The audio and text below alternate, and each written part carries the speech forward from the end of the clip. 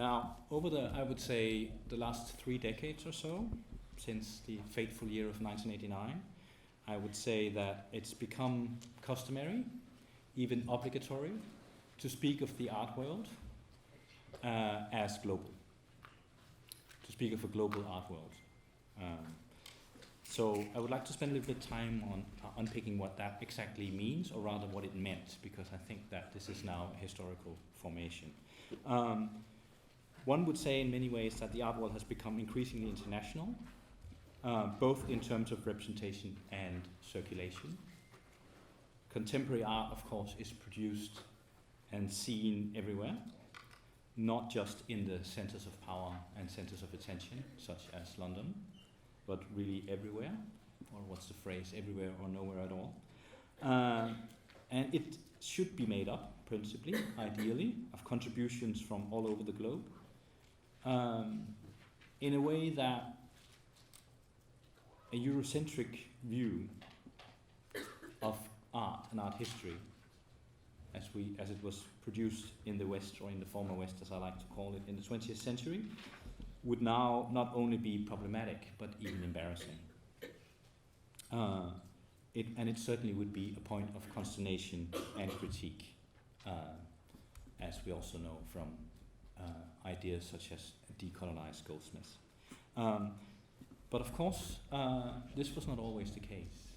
It's not contemporary art or modern art was not always global, and the international probably meant something else. So I just want to go back to a few historical examples. Now this you see here, this is the only image I'll show you. We can click around on it, it's quite funny. This is the closest we have to a United Nations of the international art world. This is the Biennial Foundation, which is a foundation that's quite new, but it's basically an international collaboration between most of the world's, I'm not sure it's all, but most of the biennials, triennials and quadrennials around the world that are dealing with contemporary art. So you can just see A and B here, but there's quite a lot.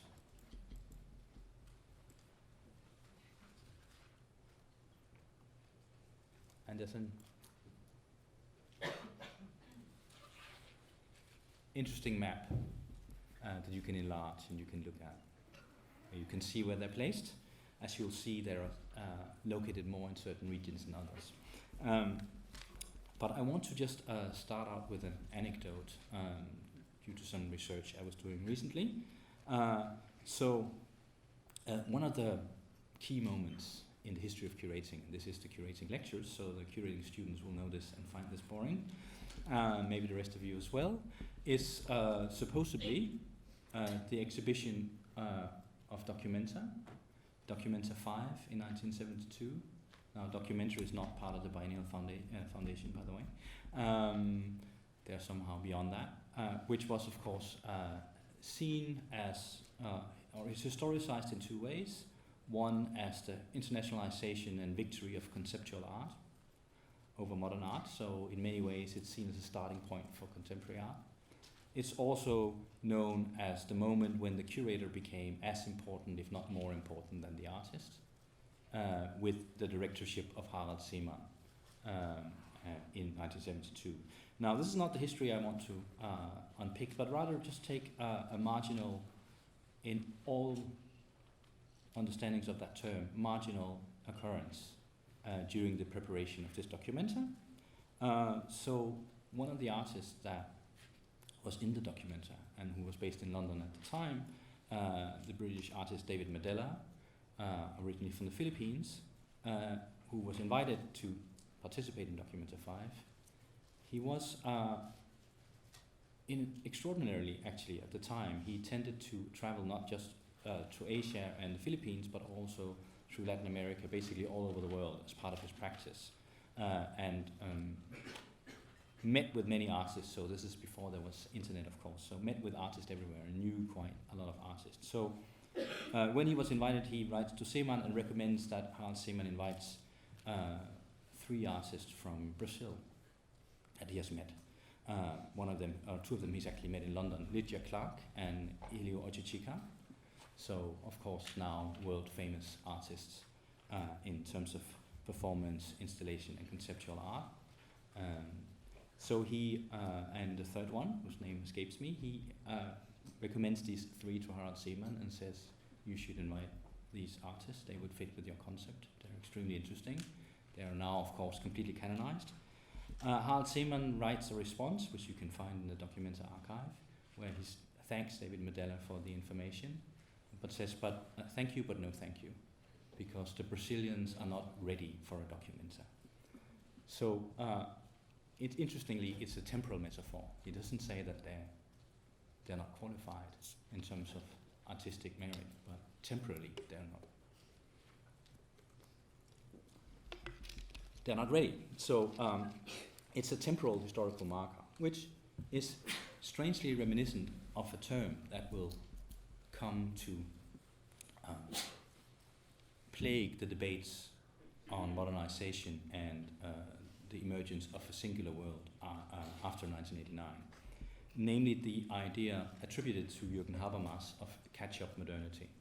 That modernity has a certain pace. So it's not just a geographical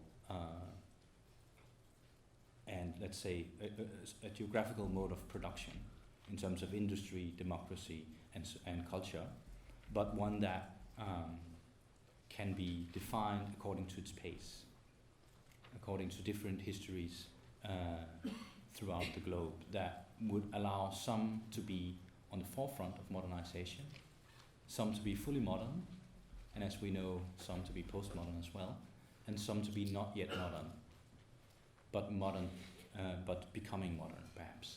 So they need to catch up. Jürgen Habermas uses this in terms of Eastern Europe, but we'll get to that in a minute. But there's a strange presaging of that in 1972. So at that moment,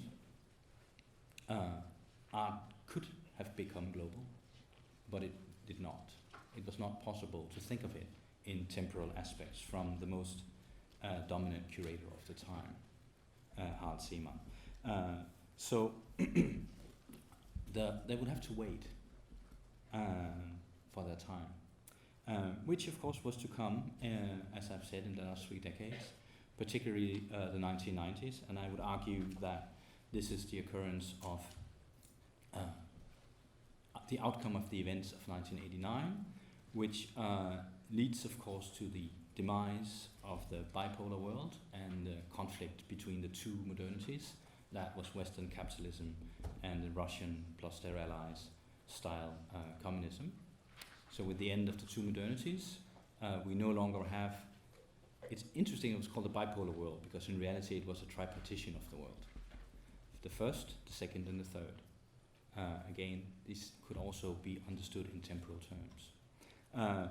The first world being the industrialized West, the second, the communist alternative, also industrialized, and the third, the global South. But it was implied, of course, in the logic of the bipolar world that all developments, and indeed all conflicts, colonial and decolonial conflicts, in the global South were to be subsumed as proxy wars for the Cold War, the war that was not to be between the United States and its European allies in NATO and the Soviet Union. So with the end of so-called real existing communism and the conflict that, of course, was the background for the formulation of something like Documenta, we would now maybe have a global art world.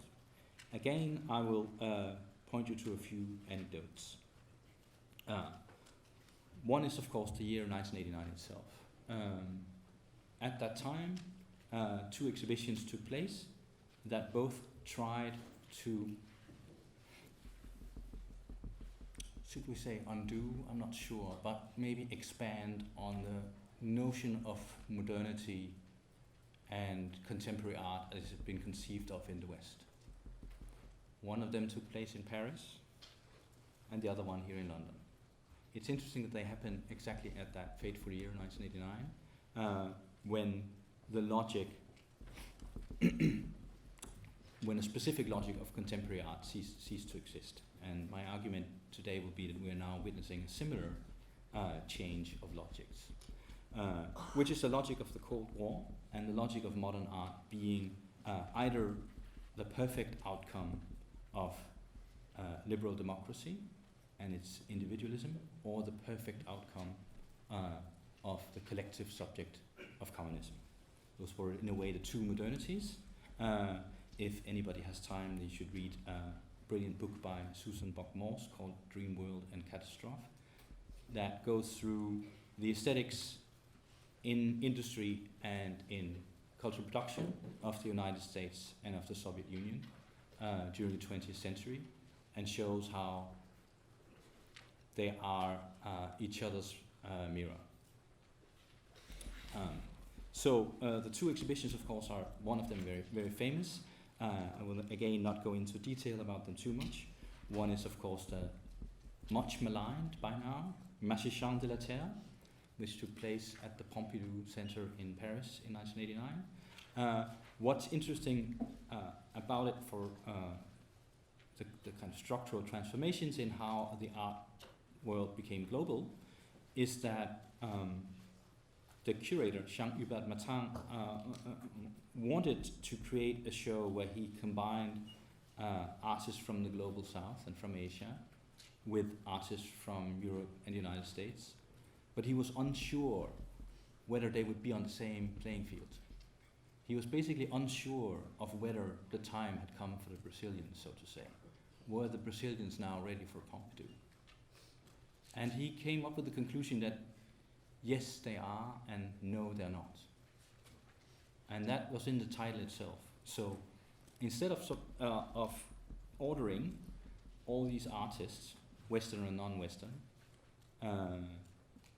as contemporary artists, he came up with the metaphor of magicians, which of course refers somehow to a pre-modernist tradition, somehow to the pagan, and somehow to the indigenous. But to say they transformed material from one way of being into another, and this is what united them. So he specifically strayed away from saying that practitioners, for example, indigenous painters from Australia, were painters in the modernist sense. Rather, they were magicians. So making the art world global at this moment meant bracketing the notion of artist. So the artists were perhaps now together in a temporal moment of the exhibition, but they were not equal in terms of their status. Some of them were still not really modern, perhaps more pagan, pre-modern, and some were modern. But together they both shared the sense of the transformation of material. So this is the one version. The other one, in a way, is less famous, but have become, I would say, more influential, which is not using a temporal frame, but rather using an identitarian frame. And this is the exhibition that took place at the Hayward Gallery here in London, also in 1989, organized by Rashid Areen, an artist, and others, called The Other Story, which is in many ways a parallel exhibition to Magiciens de la Terre. Although the main difference here, of course, is that the non-Western perspective is here not seen in terms of a global art production. So Magiciens de la Terre and Martin deliberately chose practitioners from places where maybe there was no such thing as contemporary art in any formal sense. So the practitioners in the exhibition were from all around the globe. All of the practitioners in The Other Story were from Britain, but they were from. But they were all in a situation of diaspora, as Areen himself, of course, who came from Pakistan. Indeed, the subtitle was Asian, African, and Caribbean British art. So it was an identitarian claim of the diaspora contributing to a transformation of what could be considered contemporary and international, but from within the center, saying the center is now multi-layered, and of course one that makes claim for a specific identity. So here they were all artists, but it was the other story, or if we would say the story of the other, that could be even identified, designated as Asian, African, and Caribbean, which would have been the, of course, a reference to subjects and contemporary artists who were all had a background as subjects of the former colonies of the United Kingdom. So, see if we have.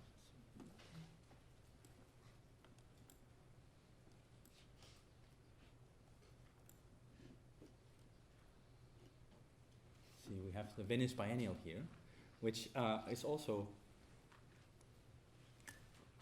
interesting. So the Venice Biennial, of course, precedes modern and contemporary art. It's the oldest biennial in the world, and originally started as an art fair, but is distinguished in the way that it is a sort of Olympics of contemporary art. So it's a competition between nation states that sends their best and brightest to the national pavilion, and then basically they compete for the first prize. So, of course, this was slightly complicated throughout the Cold War. Indeed, the Soviet Union at one point almost abandoned its pavilion, which is the current Russian pavilion, which is right at the entrance of the Giardini, and didn't actually contribute. They were more interested in different types of cultural propaganda than the Venice Biennial, that they considered basically the epitome of bourgeois culture. So there were a number of years in which the Soviet Union was absent from the Venice Biennial. So an Italian curator, Achille Bonita Oliva, was appointed in 1990 to curate the Venice Biennial of 1993, which was going to be the first Venice Biennial held after the end of the Cold War. So the first one, the one in 1990, there was a gap because of problems with Italian finances.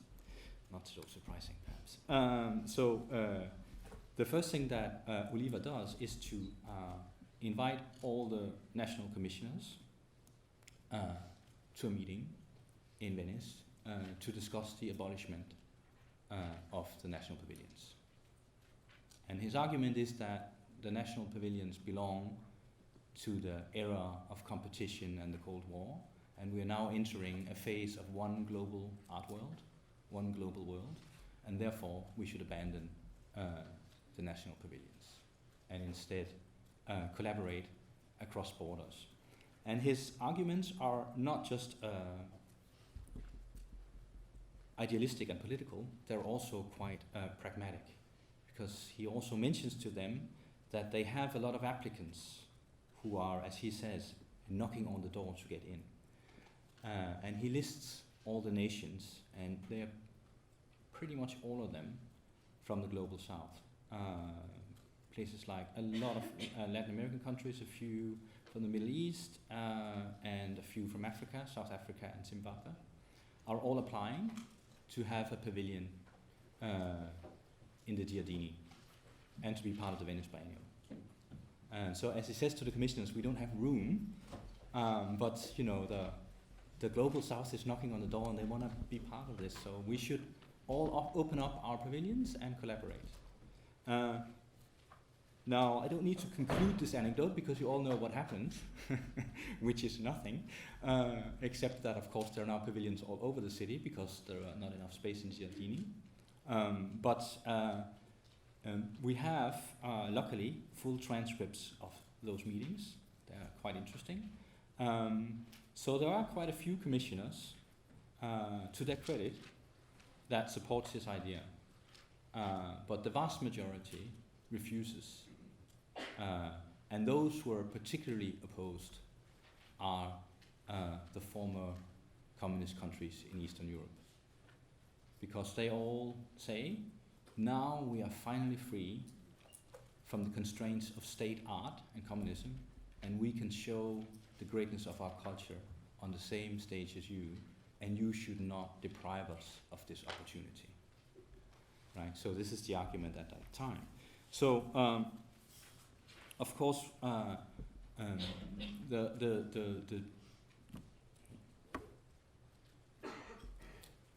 the kind of dream of a one world free of competition does not come through.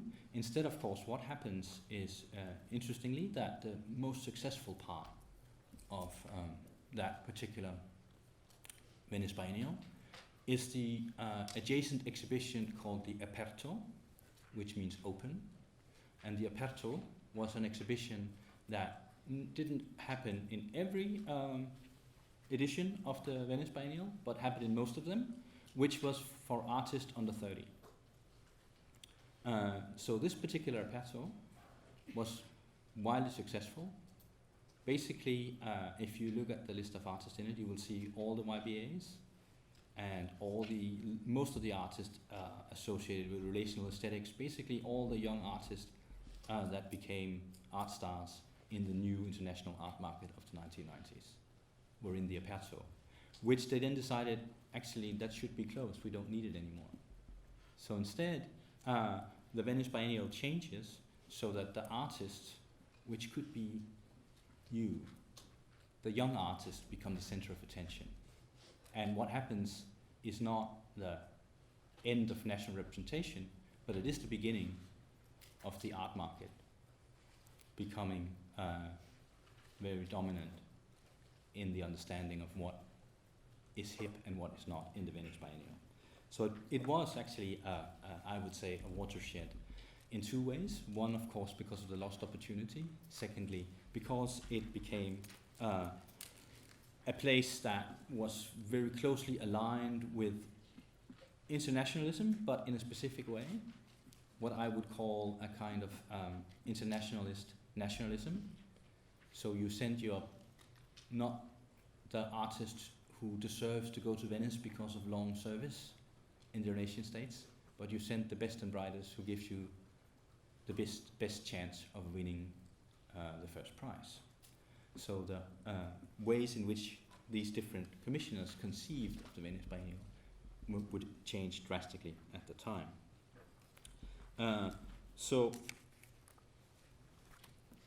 This, I would say, is the beginning of what has become a very specific system, not just of production, but also of circulation, that we can characterize as a system, a world system of contemporary art.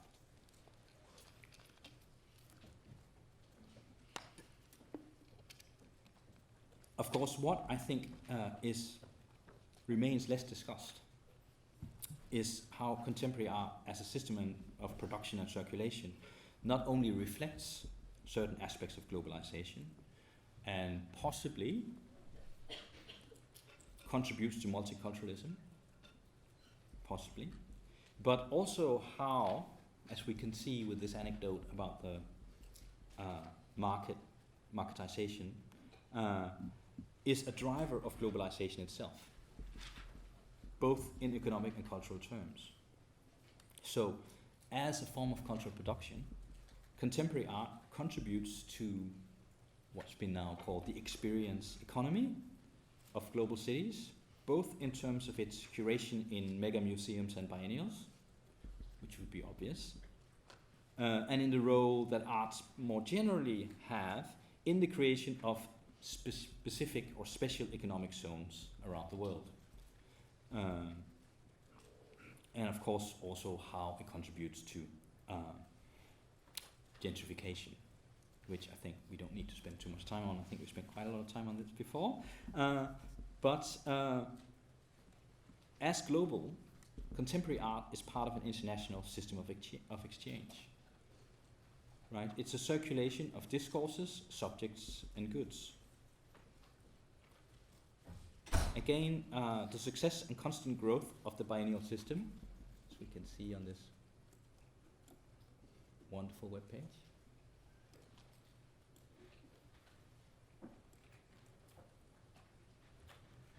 interesting how they have to have three visions of the globe there. Anyway, so as we can see here, it's if we were to look at a similar map from that time period, early 1990s, it would maybe be 1/10 of the dots that you see on these maps here. Okay. Anyway, doesn't really matter exactly where they are. I think. Oh, it's getting very dark. Yeah. No, I can still sort of see what I'm reading. Can't see everybody out there anymore. Anyway, so we've seen, of course, this enormous growth of the biennial system that seems to correlate with the growth of the global economy. And this is also the case, of course, on different ends of the economic scale.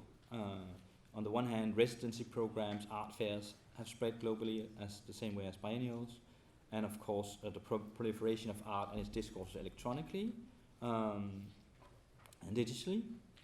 So in many ways, contemporary art can be seen, and this is often we talk of it in terms of its multicultural aspects. But I would say it's also, to paraphrase Frederick Jameson, who once wrote about the postmodern as the cultural logic of late capitalism, that contemporary art and the biennial system is the cultural logic of globalization. But what would the cultural logic of globalization mean? It means that it is something different but adjacent and parallel to the economic logic of globalization. So in this way, contemporary art both supports and represents globalization. It does not stand in contrast to it. And it's in this dual relationship where we can find both, I think, instituent, curatorial, and artistic practices that, of course, posit themselves in a critical relationship to globalization, be that in terms of so-called also globalization, or on the insistence on the primacy of the local, of being embedded, what Lucy Lippard has called the lure of the local, as a kind of antidote to the lure or the bait of the international, which she has described as a kind of multi-centeredness, indicating not only the consumerist celebration of multiculturalism, as so often found in biennials, but also a new sense of belonging and orientation in times of increased mobility and migrancy. But in this split, though, there also lies the new possibilities. I would say not just belonging, but also orientation. As we know, orientation matters. And with a political subject with multiple agencies, where the spaces we inhabit and pass can become contact zones. So this would be a positive reading of Lippard's book. Now, of course, for a curatorial practice, and I would say also for artistic practice, particularly so-called alternative practices, the lure of the local has long held an important place as a model of resistance to neoliberal globalization and its violence. And by violence, I mean both its structural violence and its actual violence. Either through an outright rejection of the multicultural paradigm of international biennials. So, as someone who has been involved also in some of these events like biennials, one of the criticisms you can count on is always, why are there not more local artists? This is an interesting argument, because why would you then make an international biennial? But maybe that's just me that's thinking illogically.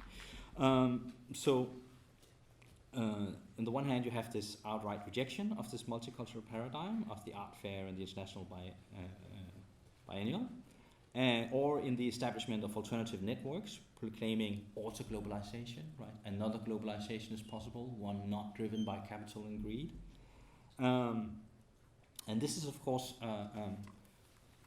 one of the ways in which, together with colleagues, I have come up with this term of curating after the global, meaning that on the one hand, you have the advent of globalization as a kind of neoliberal politics of deregulation, with the displacement and dispossession and other disastrous effects this has on individuals, communities, and our environment. So on one hand, after the global should be understood as how do we react to these effects of globalization. But secondly, I would say also thinking of practicing after the global should be understood as how we act in the moment of de-globalization, but I'll get to that. So in many ways it should come as no surprise that the spaces where globalization is represented, which is the international spaces and institutions of art, are also the places where globalization is contested. So it's sort of interesting that on the one hand,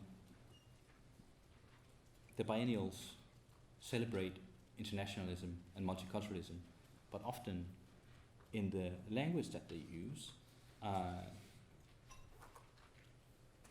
and in many of the works they show, they try to be critical of the very economics that they're dependent on. So on the one hand, it's a celebration of neoliberal globalization, and on the other hand, the only way that you can celebrate it is through also including the criticism and an expression of auto-globalization. Why that is, I'll get to in a moment as well. So we should, though, acknowledge that globalization has been very good to contemporary art. Indeed, it has perhaps produced it. I know this might be somewhat provocative, and it's also meant slightly polemical, but it has been very beneficial for the art world as such, or for what we should not understand as a global art world, but rather as a world system following economic theory.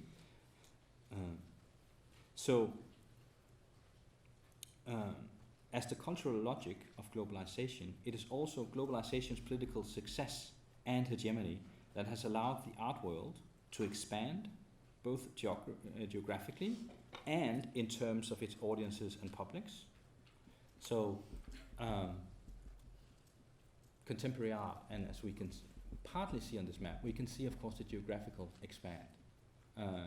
But as there are now biennials in places like Bucharest, Busan, Bruges, Bristol, Brighton, Borås, which is in Sweden, it will of course not only be a geographical spread, it will also mean an increase in the public. And that's not only through geographical spread, it's also through the way that by becoming global, contemporary art has expanded its public in the so-called centers. You can just think of how a place like Tate Modern functions. So this is what has allowed the art world to expand in terms of audiences, but also in the proliferation of the art school model on a global scale. So we could have a map that would be even bigger than this one, that would be parallel, which would be the spread of art schools around the world. Which is above and beyond any other historical form of art making. It is also crucially globalization and its reproduction of class structures that has enabled the art market to just grow and grow and grow, even after the financial crisis of 2007-2008 and the subsequent introduction of austerity in public funding schemes. So despite austerity, we have a growth in the art market, or perhaps because of it. So the success of contemporary art then has been partially, if not wholly, dependent on globalization on a systemic level. So even when contested and criticized by curatorial projects or artistic practices, it would be correct to say that globalization has been extremely beneficial to contemporary art and vice versa.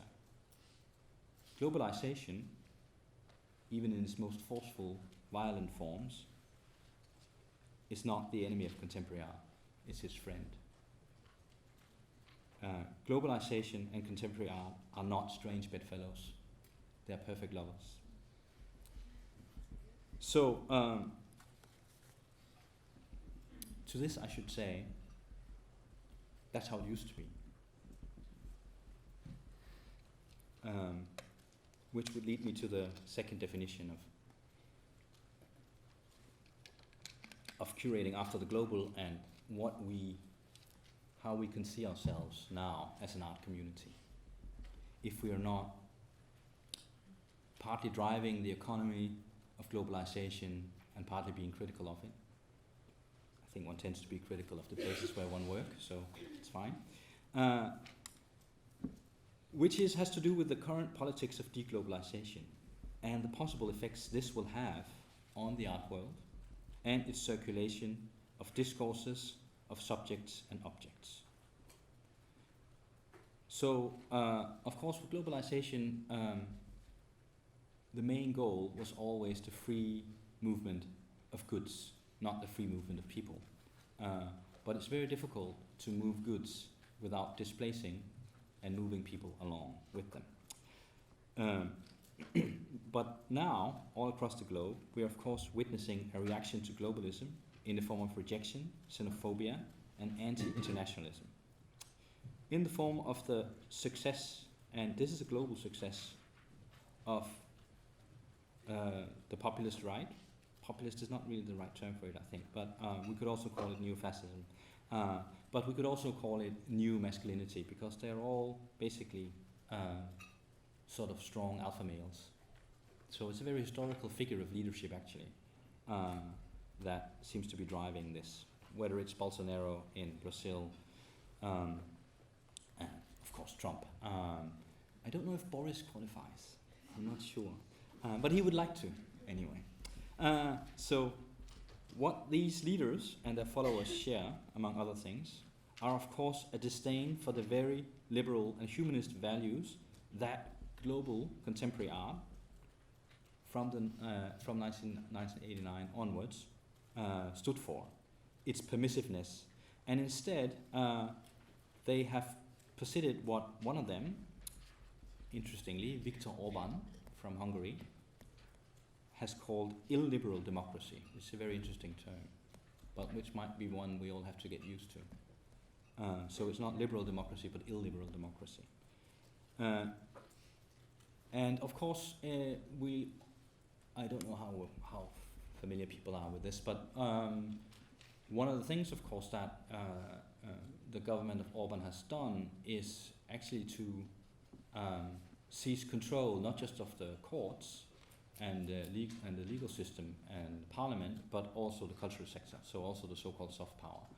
And they did so by getting rid of all the museum directors and top curators in the state museums in one go and replacing them with members of Orban's party.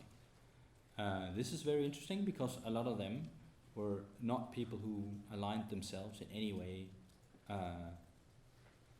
with the left, but a lot of them were liberals, a lot of them center-right. But what they aligned themselves with, though, was contemporary art and its international values. And this is what the party of Orban could not accept. So the response was also an interesting one, which was the creation of something that should be on this list.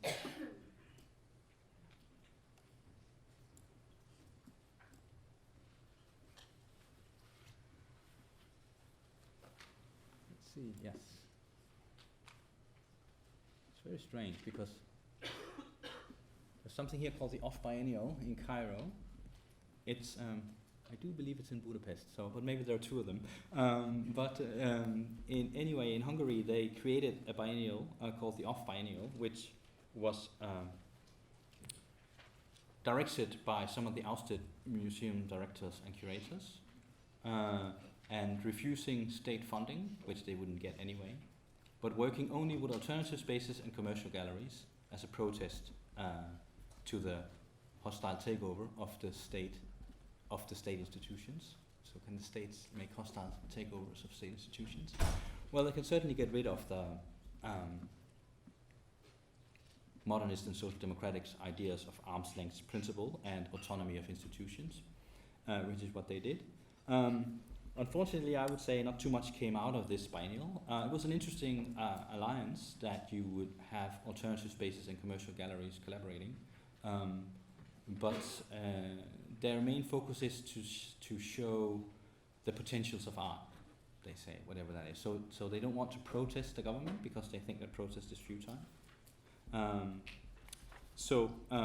That was anyway one example of someone trying to think of a different way of aligning themselves in who we are as an art community. But what I would, of course, say that should be noted about a lot of these politicians of the so-called New Right is that they have identified the main problem of globalization. They just give the wrong answer, in my view. But namely that their policies are all a response to the economic effects of neoliberal deregulation and global trade, of course in their case in the favor of protectionism and new nationalism. I think what they have identified very clearly is the breakdown of the hegemony of neoliberalism, and particularly what Tariq Ali has called the extreme center. This idea that there is no alternative to neoliberalism. You have to accept precarity, you have to accept deregulation, you have to accept mass migration. But then, of course, instead of pointing to the changes to the, in capital itself, they of course point the finger of immigrants. So they take the first sharp right they can and run as quickly as possible in that way. But this is, of course, very depressing and something one has to think about as a cultural producer in two ways. But one way is, of course, I would say, is in terms of political imagination. So one thing that was very interesting about the election here was that if you saw some of the polls and you took all the policy proposals of Corbyn's Labour Party and lined them up in front of the British electorate, the vast majority of the electorate were in favour of all of these policies. If you then showed them a photo of the two potential candidates for Prime Minister, Boris Johnson and Jeremy Corbyn, they were vastly in favour of Boris Johnson. So it's a very interesting politics of desire. It's sort of when you don't really care what kind of lovemaking you'll have, you just want to be with the person you fancy. That seems to be very much the case. Moreover, of course, which is more depressing, is that most people would agree with the policies of the Labour Party, but nobody would believe that they were possible. So everybody was convinced that they're too radical, there are too many of them, it's not possible. So this is, one could say, the real success of the austerity policies, that we no longer even can believe in change. Nobody can see that it's possible to have a different policy. So instead, of course, xenophobia is a very interesting currency. I think Trump specifically has used it brilliantly. So instead of saying to the disgruntled, so-called white working class, a term I really, really detest because of its lack of imagination and its untruthfulness sociologically. But nevertheless, let's use it as a cultural figure here, was to say, I understand how you've suffered through precarity. I understand your suffering. I'm not going to give you back your job, but I will make sure that your identity and your nationality carries a currency that the immigrants will not have. So I will make sure that there will be somebody worse off than you. I'll not make you better off, but I'll make sure someone's worse off than you. That's been very successful, actually, making citizenship and national identity into a currency. This is basically what new nationalism does. This is not also globalization, but after globalization. And it's interesting that, of course, what happens here is that it's the ideology of contemporary art, whether in its celebratory international style or whether in its post-institutional critique, it doesn't matter. It's the whole system of contemporary art that's under direct attack. So The same way as the established political systems of the extreme center, basically the Clintonites and the Blairites, are scrambling to respond to the crisis they themselves have created, scrambling, how to respond to Trump and Brexit, so too the art world is scrambling to respond to this crisis. How will the political changes that are openly hostile to contemporary art and all its values affect the production, distribution, and sustainability of the art world as we knew it? I think this is the question, so hence the idea of asking ourselves who we are as an art community. Now, I would say historically, there are some precedents of what liberals tend to do when dealing with fascism, but we don't have to go into those. But they're maybe not the most ones to give one the most hope. Anyway,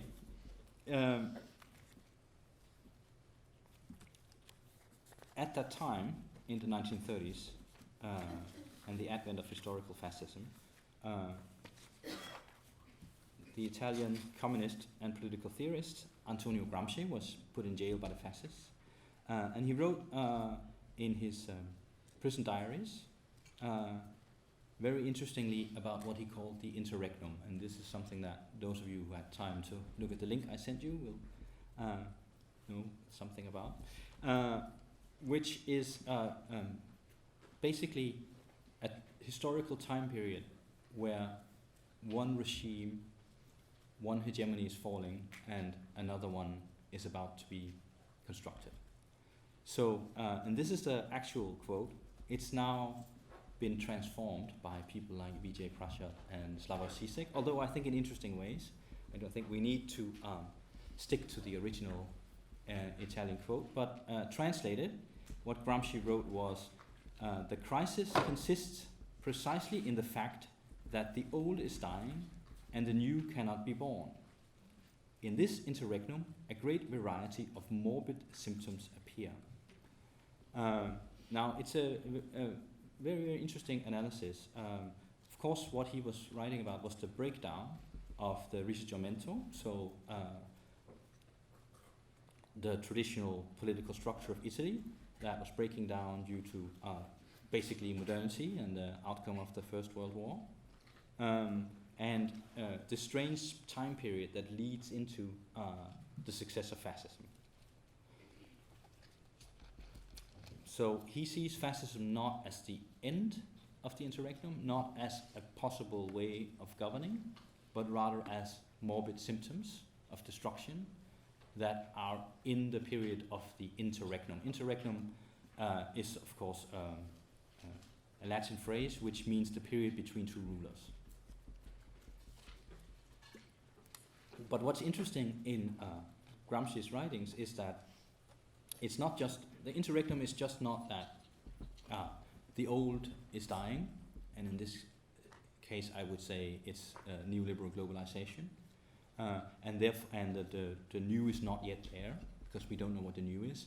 It's rather that in its dying, the old takes up so much place and is so destructive that it prevents the new from being born.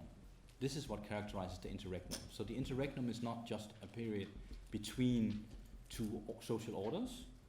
It is, in a way, it can be a quite long time period in itself of destruction, where it's impossible to come up with a new, if you will, world order, because the old is not yet dead, the old is still dying.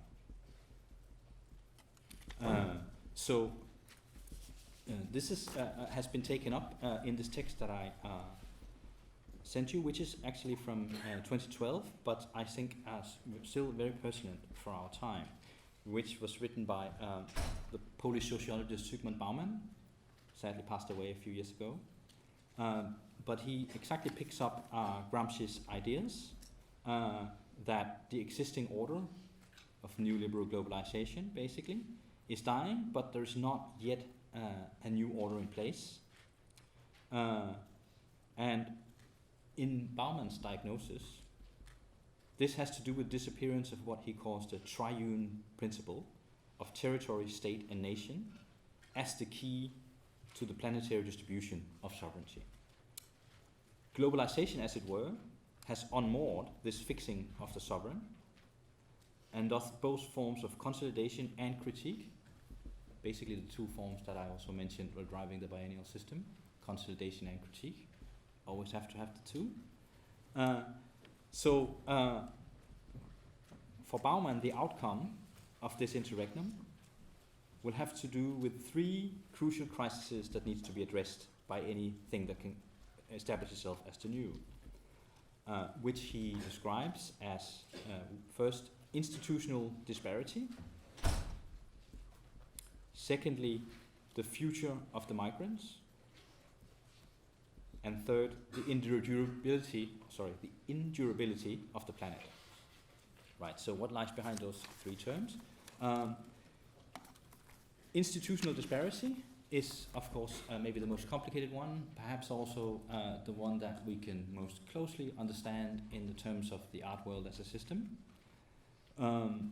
In Bauman's theory, it has to do with this shifting status of assigning sovereignty, basically between global finance and nation states, you could say, and has to do with how much power that has moved away from what used to be politics, but also, which I think is his brilliance, with the disconnect most people feel with institutional politics and public institutions.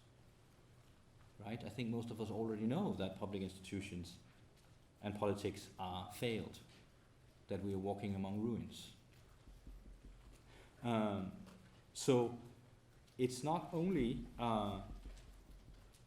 what you will find, of course, in many more conservative, also of the social democratic kind, theorists of politics saying, well, that we need to take back control. We need to have our democracies, our nation states being able to control global finance. It's not just this discussion about how to assign sovereignty that Bauman is interested in, even though that's clearly also an issue, but rather this disconnect there is between the institutions that are supposed to represent us and then our daily lives and our identities, our ways of being. That we feel perhaps not comfortable, I know I don't, in the museum, in the nation state, in the university, maybe. This is what he says has to be dealt with. Any order that understands itself as new would have to find answers to this institutional disparity. The second issue you can probably understand from the title, The Future of the Migrants. I think this is quite clear to understand what that means. Basically, migration is not going away. The causes for migration are only increasing. It seems strange to imagine a decrease in migration. And as Bauman wrote, many others too, we need to find other solutions than the increased border regimes and necropolitics that we're currently witnessing on a global scale, with or without actual walls being built or not built. Interesting. So, the ghost in the machine.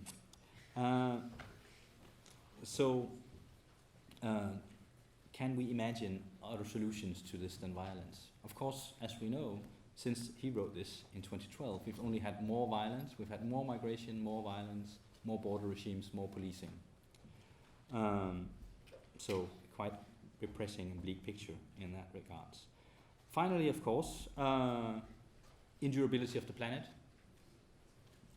I don't think I need to say too much about that. I think everybody can kind of guess what that means, which is how can the planet survive when we still have an intensified extraction of fossil fuels, for example? How can this has to do with the ecological issues and the questions of the capsulocene rather than Anthropocene. So Bauman doesn't answer these problems, but he says how we answer them, which has to do with who we are, will define the outcome of the impasse that is the interregnum and create a new world order, or, as we're seeing now, of course, a new world disorder. So, of course, since he wrote this 8 years ago, the world with its governments and voters seems to have moved even more rapidly down the path of destruction and more violence, greater disparity, further anti-immigration measurements, and no real or even intended turnaround or de-acceleration of climate change. So,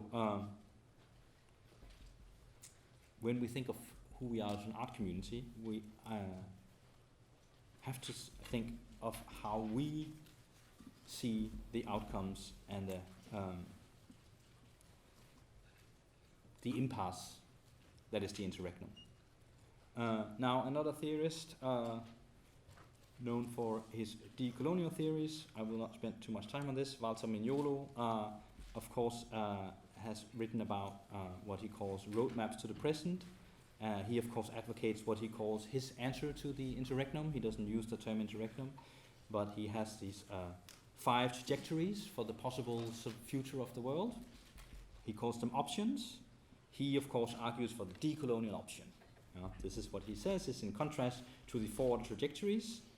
And I think we are seeing aspects of all of them, which is quite interesting. But they are, in Mignolo's terms, re-Westernization. Could call it recolonialization. I think we're certainly seeing aspects of that. Then he says a reorientation of the global left. Nah, not so much, maybe. De-Westernization, which of course we're also seeing with Islamic states, etc. And then what he calls the spiritual option, which is also in global scale different religions. Of course, we are also witnesses in that. I would say, of course, strangely enough, Mignolo seems to forget the most obvious and maybe most depressing, which I would say is the 6th option, which is neo-fascism. So with that, I know we've spent quite a lot of time, so I'll just end with this. Therefore, it might make sense to rewrite Gramsci the way that Vijay Prashad and Slavoj Zizek has done, and also the artist Alfredo Yar has produced a work, which is a free poster, with this quote falsely attributed to Gramsci, but perhaps the best reinterpretation of him in understanding our actuality, which goes, "The old world is dying, and the new world struggles to be born. Now is the time of monsters." Okay.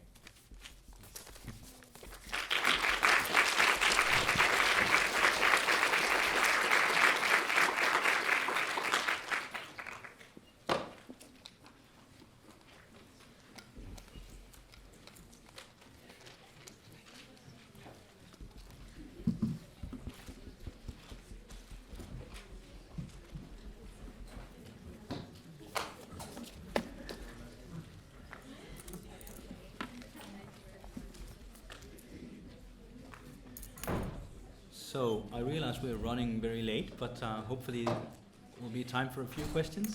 We have a roving mic.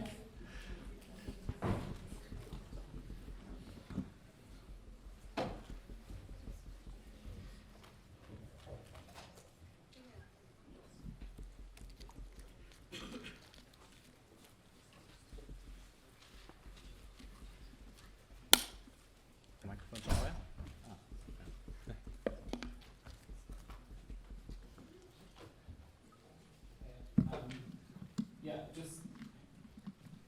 I'm just thinking, like, with Gramsci, Gramsci was writing at a time, I guess, that was, like, very, very different to the one we're currently in the sense that, even taking Bauman's kind of analysis of the current conditions and the possibility of bringing forth something new, it's kind of, there's like a clash between the kind of recommendation he's making for a new to be brought forth, and then the analysis that he has of, like, a lack of representation or a lack of, like, people being able to articulate some form of power through the structures that have existed in the past.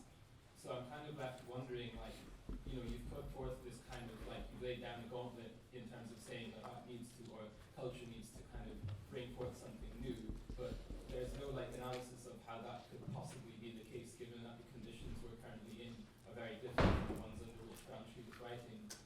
And you know, I mean, I'm kind of curious to know whether you would like recommend that we kind of, you know, like, I'm kind of curious as to like how you imagine that would happen, or what forms of power that would draw upon as a way of overcoming fascism, or as a way of seeing that, like bringing forth a kind of newly popular, new cultural hegemony or something.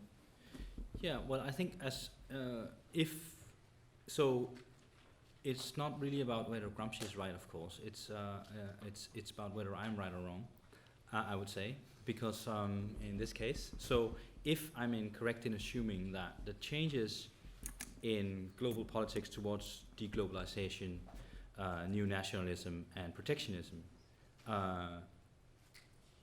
is a rejection of the role that global art had, partly. So global art is not the main issue, of course, but if globalized art, as we knew it in the last 30 years, was the cultural logic of a specific economic circulation and a specific idea of society, then these changes, fundamental changes, will inevitably change the playing field for the art world. So this would be my. This is my interpretation. Now, what the outcome of that is, I don't know. This is why, of course, I think that the interregnum is a good phrase to use. But of course, to use it in the contemporary sense of Bauman, not necessarily in the sense of Gramsci. Because of course, for Gramsci, it was very clear, you know, as actually Sheikh, who's the one, I think, wrote Gramsci and falsely attributed this notion of monsters rather than morbid symptoms, has also written, I think, very interestingly in his book, Living in the End Times. He, towards the end of that book, which is also now 10 years old, but which is sort of similar to these notions of the interregnum, he also sees the neoliberal system has basically failed, but that we don't know what will replace it. And he writes, of course, also about the climate crisis and the economic crisis and the migration crisis. And then he says that the situation that we are in is the opposite of the one. He doesn't mention Gramsci at this point, but it's just the opposite of the left in the early 20th century, where the left, anyway, thought that it knew exactly what it had to do, which was, of course, install some version of a communist party, dictatorship of the proletariat, taking over the means of production, etc. And all you had to do was to be patient and wait for the right moment. So this is the revolutionary thinking in the earliest 20th century, according to Sheikh, and I think it's quite good analog, because he says our situation is the opposite. We can't wait patiently because we know that the consequences of inaction would be catastrophic. But we have no, excuse my French, fucking clue what to do. Yeah, we don't have a program. So this is the situation that we're in, and I think probably our institutions, you know, a lot of them are covering their eyes and hoping that some of the economy that they got, they know they can see that they've anyway been moving more and more toward private finance. But as there are these changes, will we see those foundations and those high net worth individuals, the so-called 1%, another phrase I don't like too much, will they keep supporting? Will they be interested in this representation, cultural logic that is contemporary art and biennials, permissiveness? Will that still be interesting for them? Or will they start defunding? Or will there be a split in the capitalist class between those who are on the nationalist, kind of, let's say, Trumpist side and those who are against it? At the moment, everybody I know in the art world says that they absolutely hate Trump. They say they hate the right. So that's something that unites everybody in terms of language. So fine, if that's true, then what are we going to do about it? Now, as I mentioned earlier, I have reasons to not be super optimistic. if we look back again to the situation that Gramsci was in, and particularly here we can look at Germany, when liberals and conservatives have to choose between fascism or communism, they always choose fascism. And then the liberal humanist values can be suspended for a number of years as long as the private property is not touched. So I don't think that we have the best historical experiences, but at the same time this is a slightly different situation, because there is a crisis that is of course a crisis of politics, and is of course an outcome of not really of neoliberalism in any way, but the outcome of hundreds of years of industrialization and extraction that you could say is supra-political, right, which is the climate crisis. And again, there are those who deny that it exists. So the Australian Prime Minister denies it. We are seeing a country, maybe the first one to commit climate suicide. This will be interesting. We also, of course, have people like Trump, but apart from that, everybody says, even industrialists, they agree that the problem is real. So there's all this language. How do you transform that language then into an alternative? Because you cannot go on with the way things were. It's not possible to return to the third way of the 1990s. It's probably not even possible to return to the social democracy of the 1950s, 60s, and 70s. So there has to be a push for other models. Yeah, and so I'm counting on you. Can't come from old people like us, it has to come from you. We're part of the problem, not the solution.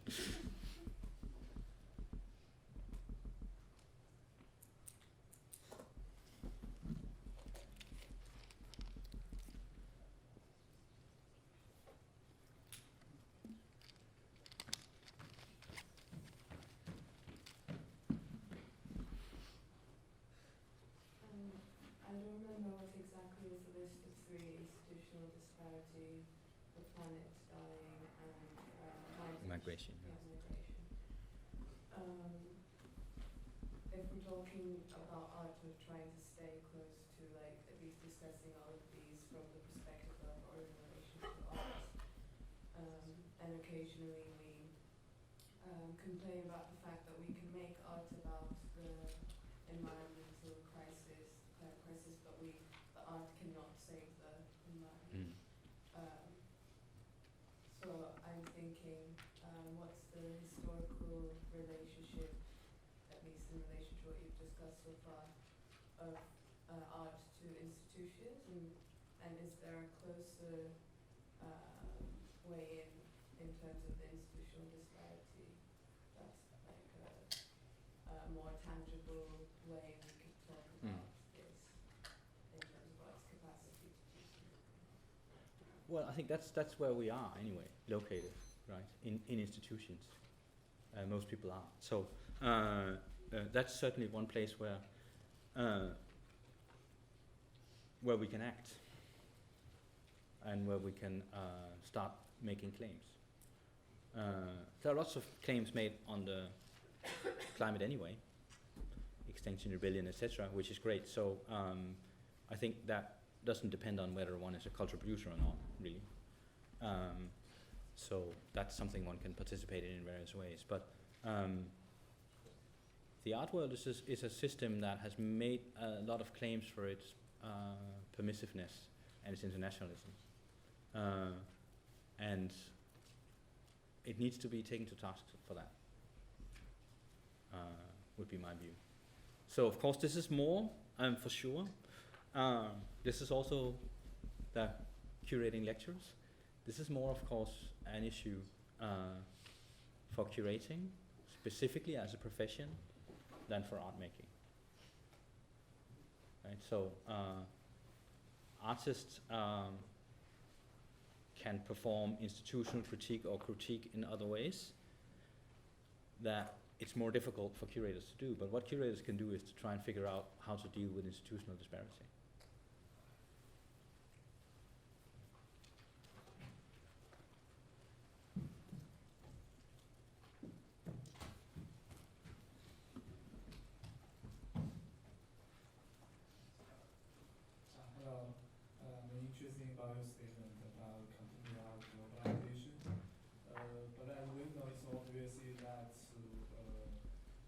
every regional's art has its own distinctions. So in the field of aesthetic, venue, and other elements. So my question is how to reduce the regional biases when different regionals' contemporary art interacting with each other.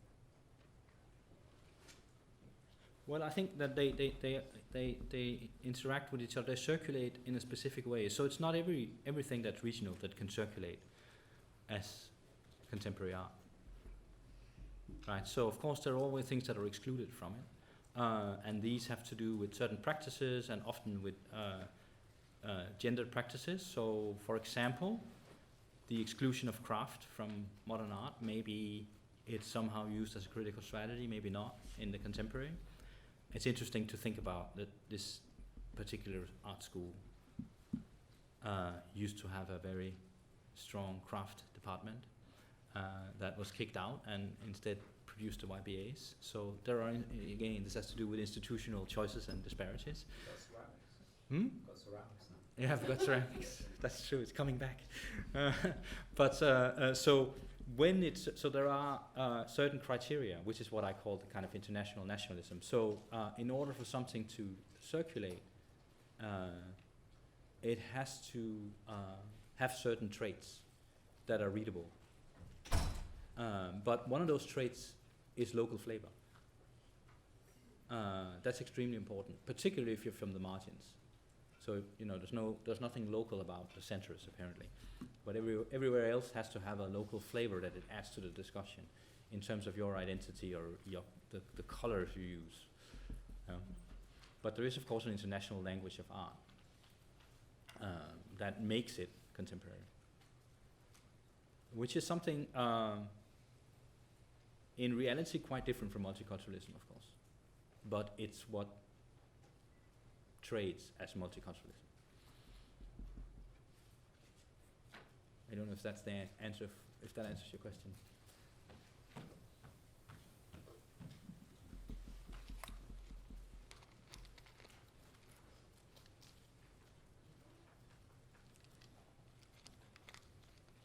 To what extent do you think this local flavor can be communicated in an international context?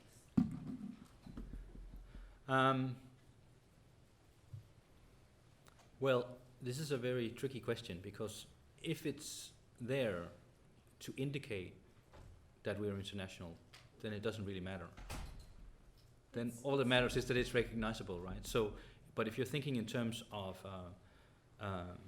integrity or authenticity, these are more technical issues of presentation and representation and curation. So there one would have to, of course, go into how do you convey something in an international system that flattens through diversity. Right. So this is the contradiction, of course. But just to say, on a systemic level, for the biennials and the art fest as such, it doesn't actually matter what that flavor is. It's an empty signifier. It's just that it's there to signify internationalism and the global, let's say. Can I ask something? Yeah. So, to our context now, like at Goldsmiths, at this MFA, like, which is not the context of a biennial. So, in a way, it can focus on something other than the art market. Do you think it's possible to address local issues in an authentic manner?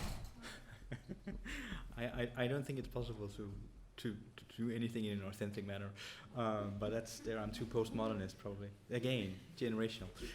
So if you're thinking about something that's local in terms of your background that's different from being here, this is of course always a difficult conversation, right? But then this is in itself its own locality. So one needs to think of this not as universal, because it's not,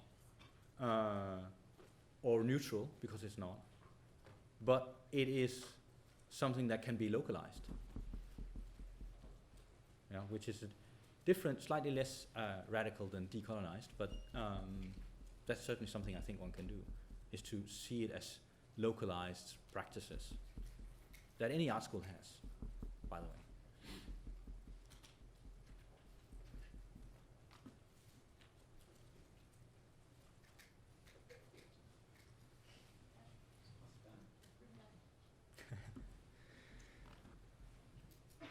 Okay, then I have to sit down when you ask me a question. I was going to ask a couple of questions, but I think in response to the last one, it seems to me that most of the teaching that we do is precisely as you described, which is we take a bunch of subjective and local concerns and find an international vernacular for them. We have to do that because people are from everywhere. And so now the task is how do you make art that almost everyone can appreciate. And that's necessarily an international vernacular. But in a way, that's also how biennials work. So I think the teaching here is very much in line with the biennial structure. In a way, the art that's, I mean, it's not like a deliberate program of teaching. It's not like we plot to do that in a room somewhere and then come out. This just seems to me that as part of the global art system, the contemporary art system Simon described, we can't do anything else but that. So there's definitely a symbiotic relationship, as we know, between the MFA programs internationally and biennials, for sure. It's the same language, but I think this year Asking Simon seems to be about the continued adequacy of that language to what we call de-gloablization. But I was interested, I think there are two things. One, if you can go back to the list of the biennials, I don't really need to see them, because in a way, apart from the big hitters like Documentum, or even Documentum, it's fine if you can't put it up. You know, apart from big hitters like Documentum Venice, most biennials are by the name. I think the projector's gone off, which is the issue. But it's fine. We don't need it. Okay. Thank you. So apart from some of the big hitters, but even Venice, for example, most of these, I would say probably about 95%, are by the name of the city in which they take place. Right. So the biennial is not really now a national representative. It's a representative of the city in a global network of travel, communication, cultural distribution. As you know, it's kind of part of competition of international significance through culture. And I'm kind of interested in the nation as a kind of figure that's kind of going through your analysis and discussion. It's obviously the key term in terms of the new fascist or the what's called the populist term. The nation is the key figure to break from globalization and to kind of reassert an identity that serves, against the migrants, the kind of new masculinism we were talking about. But I guess on the one hand, the biennial seems to be more like a city or regional configuration rather than the national configuration. So I'm wondering if there's a possibility of capacity in that, which could give a politics against new nationalism. And on the other hand, one of the few viable responses to climate breakdown, which we all understand to be a planetary consideration, is the Green New Deal. Right? So there's two issues in here. Whether the task, if you don't want to kind of repeat all the kind of problems with neoliberalism and the various crises it's reasserted it's put us into, the task would be to think about what is the kind of planetary scale of climate breakdown, and how to understand the planetary difference to the global. Right? So it's a different configuration of all-togetherness. But secondly, with the Green New Deal, what's quite striking if you read the manifestos or read the manifestos for the Green New Deal is that they're quite forcibly nationalist projects. So most of them are, we need to do this through democratic mechanisms, which are still the state electoral system. And through that, you can sort of put regulations or legislation in place to control finance, to control carbon emissions, and all the rest of it. So there's a kind of an appeal to the nation in the Green New Deal, which in some ways is quite paradoxical because we understand it to be like an international issue or a planetary issue, but at the same time politics is very much based on nation-state configurations. I'm wondering if there's something in that which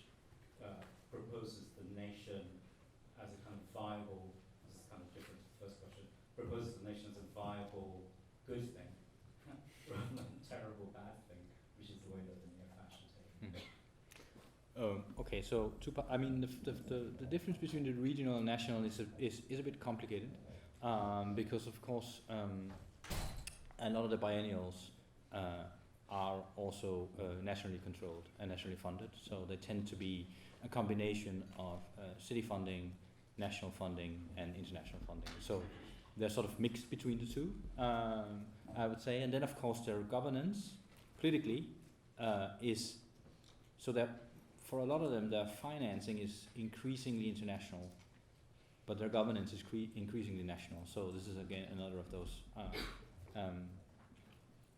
conundrums. And there, of course, and I'll get to the other two other points in a minute. But the reason why there's so many of them is to participate in something international, but in a kind of national way. Is that still necessary if international nationalism, it's very complicated, is not your primary national cultural representation? If your primary national cultural representation is some sort of return to the national, whatever that means, right? I'm not sure that new fascists actually have an idea of what that means. Their cultural politics tend to be extremely weak compared to the Nazi Germany and fascist Italy that had very strong cultural agendas. What we see now is extremely weak, and they don't really have much of an idea except some return to our essence. But how that's represented, we don't see much of. We don't see many new fascist artists yet. Yeah, but if any have those inclinations, you'll have a good career trajectory in front of you. But yeah, exactly. Yeah, the nationalist art. Yeah, absolutely. We could sell that. Yeah, sure. So anyway, that's one level of representation, and of course we've already seen, which is interesting. We've seen in Shanghai censorship, not of the Chinese artists, but of international blue chip artists, which we hadn't seen before. We've seen that now beginning to happen. So that's might be an indication of this kind of rift. So particularly, I would say, what will be interesting to look at, and where we'll see it first, is where there's most state control, and that's China. So, and China has really massively invested in the arts and in biennials. So how international will they be in the next 5 to 10 years? Then we will see some markers of what will happen to the biennial system in China, I think. So China is the place to look for that. Then the other two aspects is, of course, if we're having a new Green Deal, and we know that depends on where they are, but in Europe it tends to be 50% international audience and 50% local national audience. What's exactly going to be the economic driving if we don't want people to fly to all these places? So there are some policies that would be against this growth of the art world, if the biennials is an expression of that, which it is one of them. So that would be the tricky thing. With the nation and the New Green Deal, it's not so strange actually, because nationalism is the argument to which everything happens at the moment, which is of course extremely unfortunate, not just for ideological reasons, but because the changes that affect also nations, particularly global finance, cannot be grasped through nationalist lens. So this is extremely unfortunate, regardless, I would say, of one's political ideology. But in terms of dealing with the questions that the interregnum poses, let's say, with actually answering them. But for me, actually, it's been a bit, sometimes I think that the far right is very cliched in its alliances. But of course, Steve Bannon is not, and there are some of them that are interested in new kind of alliances.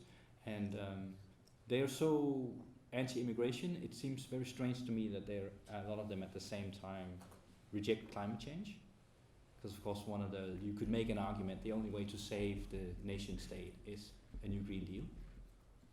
Right, and it is actually one of the ways, because you can do all the cultural stuff and all the bordering, but if you do not deal to some extent with the climate change, then you won't have any nation anyway. So but so I've long wondered why they haven't picked up on it, but now they have, because we have a government in Austria between the Green Party and far right. So that's the first one, and I think there are a few other in Europe of the far right parties that have now adopted green. Front National as well, yeah, have adopted green policies. So that's not, I think, the alliance you were looking for, but certainly you can see that wouldn't be too difficult. But that would of course create another problem for the fascists, which is then they're threatening the industrialists that they never actually want to threaten otherwise. So that would bring them into some conflicts with the international ruling financial elite, so who are the only people who are not interested in climate change.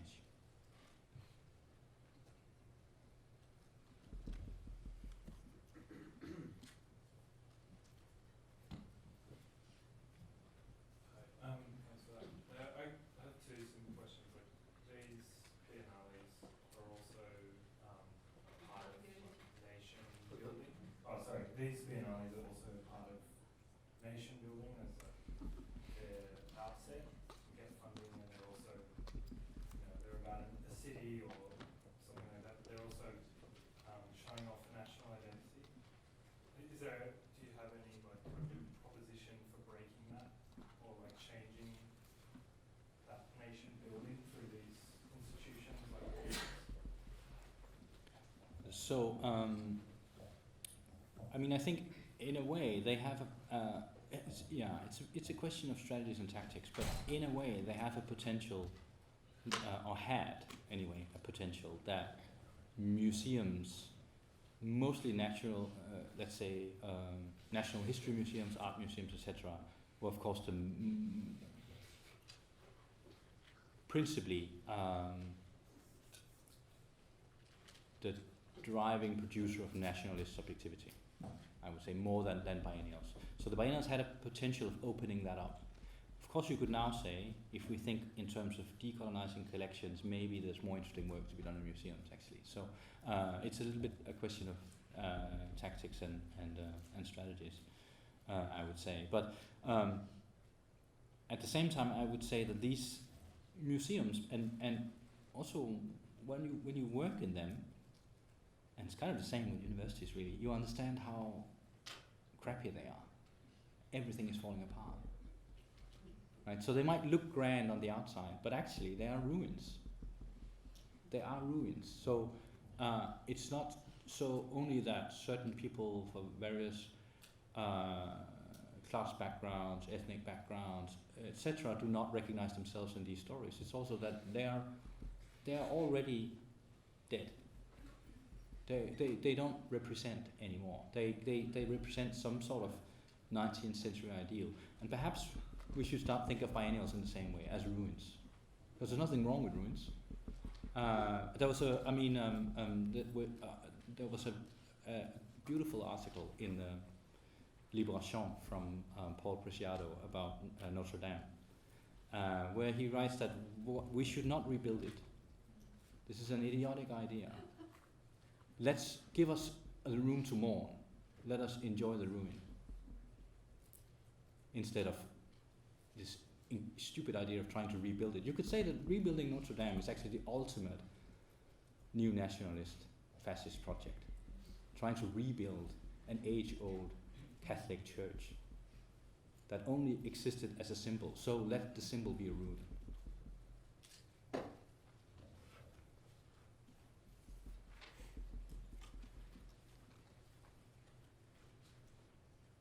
I think that's maybe the good place to stop.